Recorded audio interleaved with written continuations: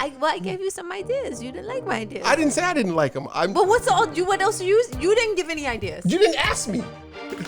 That's Ladies and gentlemen, welcome to our living room.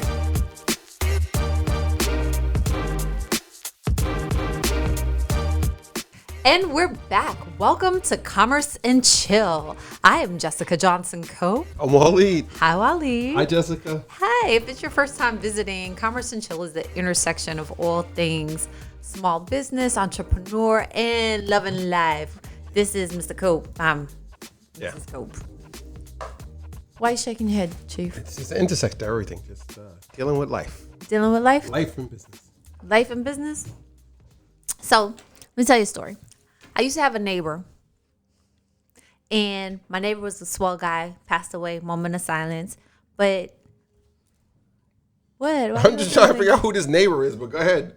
Small guy, you said? My neighbor was my friend's father, and we used to do stuff like he would ask me to drive him places because he didn't like to drive, especially when it's dark. He was his Uber. I was his Uber. Yes, that's a good way to put it. So one night, I was driving him someplace, and he was like, "What you want to eat?" And I was just like, "Oh, whatever." And he's like, "What you want to eat?" I was like, "Oh, whatever." And he's like, "A closed mouth don't get fed."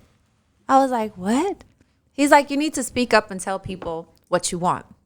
And that's so true when it comes to business, right? You got to put your business out there. You got to tell people about your business. You have to make the pitch so that people will make the choice. No, you don't. You don't have to do that. Okay. You don't. You just put your business, you just open the doors, you put your business online, and then it comes to you. Like, it's just, that's how it works. That's what's about being a business. Like, you don't have to do that. Mm-hmm. One of my students just made $200K inside of 1 month without a problem-solving product. No, you didn't know that? No. You just open the doors. That's saying, if you build it, they will come. Like, you don't have to promote it. You don't have to pitch. You don't have to do. They come. It's automatic. You don't have to chase people. You don't have to deal with customer service. So, wait, you said pitches. I don't pitch anything at the soapbox. That's what you think. But you've involved in some pitch competitions recently. Yes. So what's this thing going on that you're pitching to win? So Johnson Security recently submitted a response to a pitch competition that is led by WeBank, and it's part of Unity Week for the National Business Group of it's different organizations that support support diverse businesses. Okay, perfect. So if you win the pitch, what happens? Well, if we ultimately win the pitch. Ultimately, so wait a minute. It's like in multiple rounds? It's multiple rounds. See, this is why I don't pitch. Okay, go ahead. You do pitch. You just don't realize. Yeah, I pitch a. You pitch a fit. Yes, you do. I don't pitch. It's the time. Go ahead. So it's a video pitch competition. And if you win, so it's several rounds is my question. There are several rounds. How many rounds are there? In the initial round, everybody that submits an eligible video will have their video posted to the website. There are 2 subsequent rounds.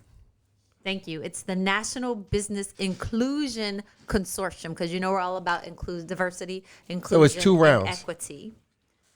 It's 3 rounds. You said 2, man. Come on. Would you listen? I'm listening. You said 2. No, I didn't. Okay. I said you know this is being recorded. But in the initial round, everybody that submits an eligible video will have their video posted. There are 2 subsequent rounds. It's 3 rounds. Okay, so go ahead. You submit a video. What can you win? I don't even like $25,000 and exposure. What kind of exposure? They're gonna put you like on the cover. They're gonna put you on like the front of city buses, like Oatly milk and ice cream. No, not gonna be on the front of city buses. Okay, on the Metro cards. Exposure. So what's the exposure? You get exposed to the corporate buyers who are members of the NBIC, National Business Inclusion Consortium. What is so funny? So they just put you in front of the corporate buyers. Among other people, okay. You're also in front of all of the people who choose to watch the video and who choose to vote. Okay. Respect. I mean, but in the age of COVID, who you get in front of? You get in front of them digitally. That's what you do. Versus getting in front of them like traditionally, like at these networking events. Right. I'm just curious, like, what's that? Like, what's the prize? You like people put in all the this effort. ultimate prize is $25,000. Do they share the results from it? I don't know. Okay. According to a post that I read called "It's Not Nagging," repetition is effective communication. There's the rule of 7. The rule of 7 suggests that consumers need to hear a message 7 times before they will consider taking an action. So, you say, oh, I posted something on LinkedIn and nobody responded. Yeah, because there's something Maybe to they be post said. They post once every 7 days. They've got the rule of 7 wrong. That would be the anti-rule of 7 or the rule of 7 in reverse. But you need to, whatever method you choose to promote your business, you need to do it with some consistency and you need to do it with some frequency as well. So 7 is a good target mark. And you may have heard us on our previous episodes talk about other pitch competitions for which we enter Johnson Security. We may not have won. You can make your face. That's okay. We ain't going to stop. I'm not saying we shouldn't. Let me tell you that we won't stop. Let me tell you that we won't stop. We're going to continue because there's some people who may not be prepared to take action until they see our 7th pitch or until they hear us 7 times. And so we're going to keep doing it. And then the other thing is when you're pitching or when you're putting out a message, you have to have what they call a CTA. Call to action. A call to action. Right. So it's a waste if you get your message out and you don't ask the end user or the person to whom you're delivering that message to do something once they get that message. So whether it's, call soon or hit like or reply or, send me a message in the DM me, you have to have some type of call to action, especially when we're talking about getting results. So the rule of 7 is extremely important. Okay, so the rule of 7.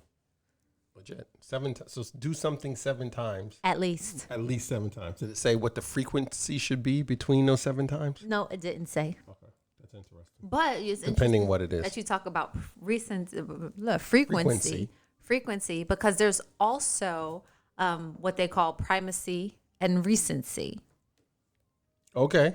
Are you familiar with primacy and recency? Nope, but I'm all ears. I can't wait to hear this. So the tendency to recall earlier words is called the primacy effect. The tendency to recall later words is called the recency effect. Serial position effect is the tendency of a person to recall the first and the last items in a series best. Okay. So you remember the first thing you heard and you remember the last thing you heard. Everything else in the middle gets dumped. The middle items are worst. So it's even like when you're talking to your significant other and you have a conversation, more than likely they're going to remember the beginning of the conversation, the end of the conversation, and everything in the middle is mashed potatoes, no gravy. Yeah.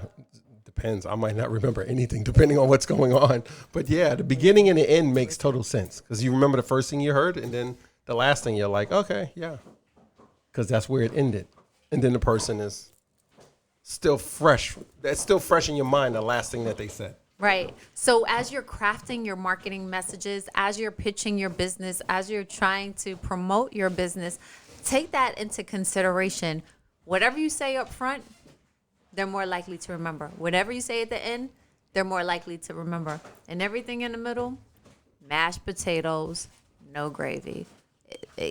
They're not likely to remember that. So keep it brief, keep it simple, get to the point. Okay, so you talked about a lot of pitch competitions that you've entered in. Why do you do it? So I do it for 3 main reasons. Okay, 3. Don't give me more than 3. I'm holding you to 3. Number 1. Because I got another question, so don't go past 3. It's good practice to get our message out. Okay. 2. Number 2. There are several companies that have been able to grow their business and to win significant amounts of prize money or grants as a result of participating in pitch competitions. Okay. You still got one more. I got one more. Oh, yeah. I said I got 3. Okay. Go. And the third reason is because it allows the team to come up with different ways we can present our message to the general public. Okay, so you do it for all those 3 benefits / reasons to get the business and yourselves practice as well as more exposure. So the team gets practice on creating different content and presenting it in these pitches / competitions. And then you get the practice of honing your skill of pitching the business and the services and talking about telling the story, basically. Right. Okay. I can respect that. Cool. So let's talk about not just, pitches and stuff. Like, what do you think people should be? Someone has a small business. COVID, post-COVID, pre-COVID. You need to get eyeballs on your stuff. You need to get people walking in the door to make the sales happen. What are, like, I don't know, 1 or 2 things or some things you think a small business should do to get more traction? Aside from pitching? Besides from pitching, like, because pitching is you got to enter in these contests. Like, somebody might not have time to, like, enter in a pitch, or they don't have a team to make the video. They could use their phone and all that. We know that. But they're like, listen, the pitch, whatever, they want me to pitch this. I could make a 30-second video and submit it. Okay, cool. But they want me to pitch this, and then they want me to come and do another pitch and do this, and then I got to be on it. Like, they might not have time for that because they're running their business in they're in the business. They're not a solopreneur, but they're in the business. So they have a couple of employees, but some of the tasks that get done at their business is by them. Like, if they don't come in, it impacts the business. So I'm going to call owner-operator. I'm going to call BS on the claim that they don't have enough time.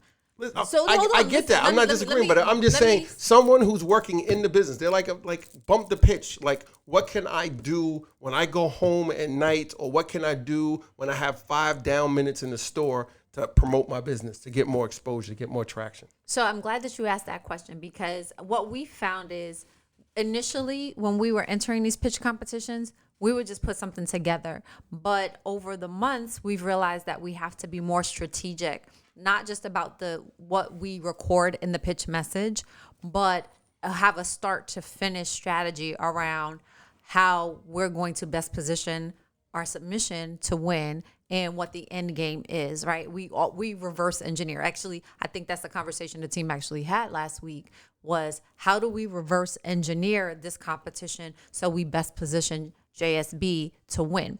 And it's no different from a small business owner who's working in the business all the time.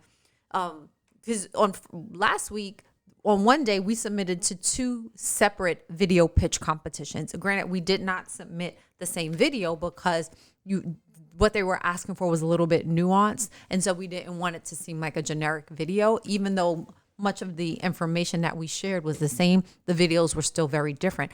It doesn't take any time to record a 60-second message with your phone. I get it, but Hold I'm on. asking you, what can they do? Like, This is all what right, they could you do. said pitches already. All right, pitch. But listen, pitch listen. that. The pitch is out. So like, then what's when next? after you submit your pitch to whatever competition it is, because there's so many competitions out there, like every day I get emails about pitch competition, you can repurpose that video. Use that same video, put it on IG, put it on your IG stories, put it on Twitter, put it on LinkedIn.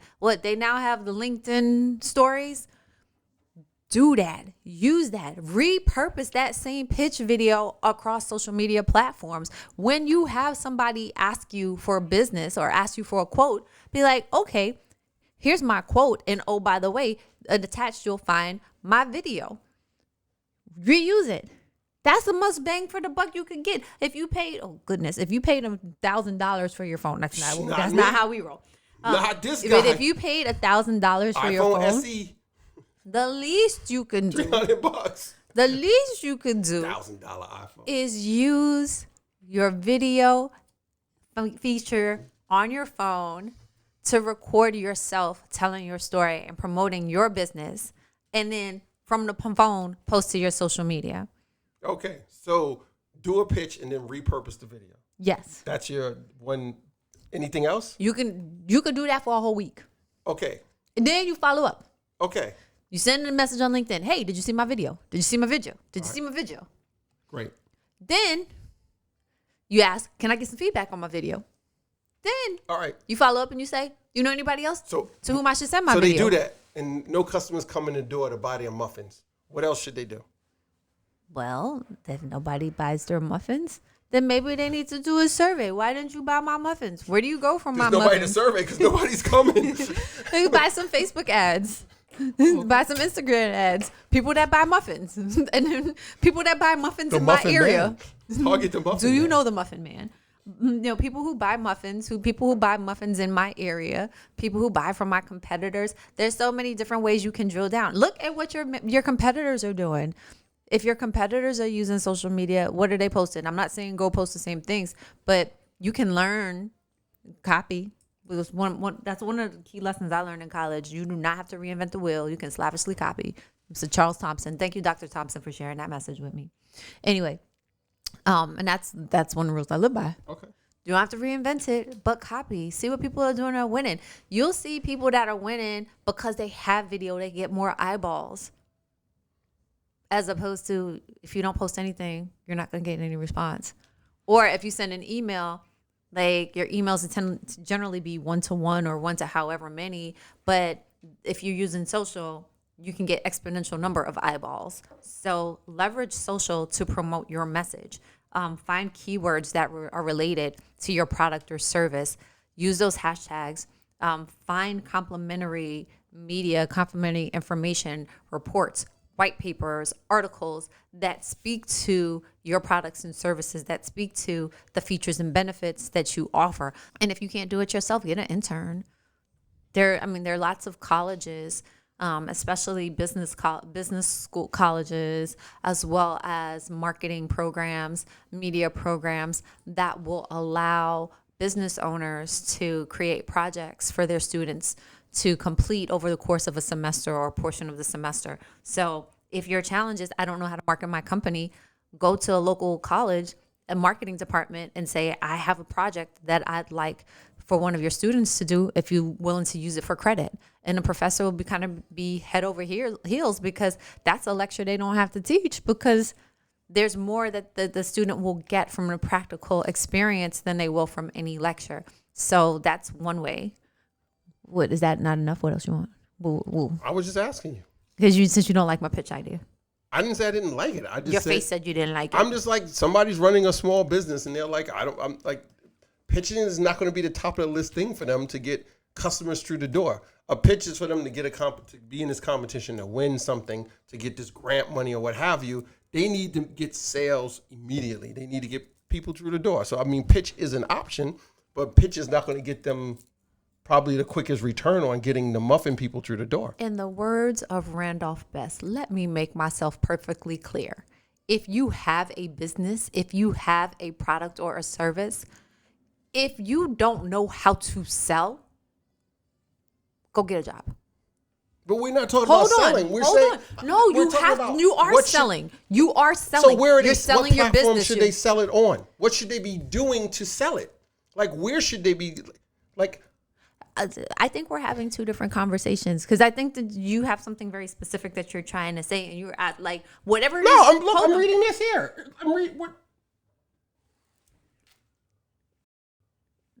Why don't you just answer the question instead of asking the question? No, I'm asking your opinion on what. You don't like my answer. No, because it's you're not just that- like, oh. I'm not saying I don't like your answer. You're saying a pitch. Your I'm saying face said it all. you're saying one pitch. Okay, pitch. But it's Now, not one. what else can but they it's do? not one pitch. They do multiple pitches. What else can they do? But I'm just saying, like, giving people more options. You don't need a lot of options if you have an option that wins. Okay. Go pitch. You tell the people in the few minutes that are remaining how small business owners can gain exposure or promote their businesses when people are not thinking about them. When people are not thinking about them, I would do some of the things that you mentioned. I would post on social. The first thing I would do is create social accounts for my business on the top platforms that you will focus on. Not every platform. the platforms you're willing to focus on and learn. So maybe it's 2, maybe it's 3, maybe it's 1. Because some people think they need to be on every platform, and then they're trying to be on every platform, but then they fail because they're jumping around from place to place versus focusing on something and being laser sharp. So maybe focus on 2 platforms. I would do that first. Okay. And I would choose the username for my business on those platforms to be relative, not like Crazy Muffin Man _3955 BK NYC dash. I would make it relative to what I'm doing and easy for people to find. That would be the other thing I do. Okay. I would post relevant content on a regular basis on those 1 to 2 platforms and dominate it.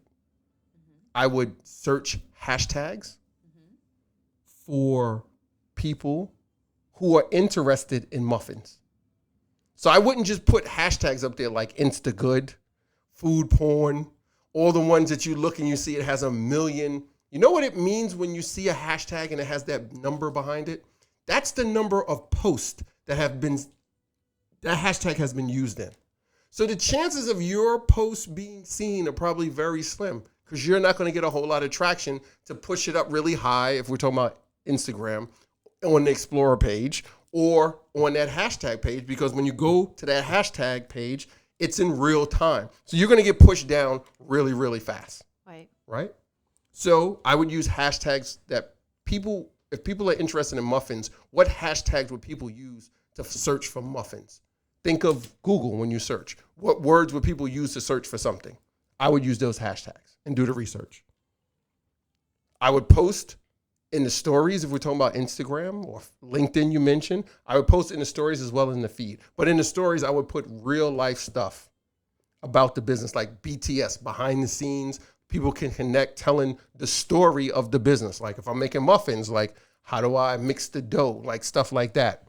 I don't know. We have a dough fight one day and throw flour at each other in the shop. That's what goes on after hours. I would film it and post it. I wouldn't stage it. I would post what happens in real life.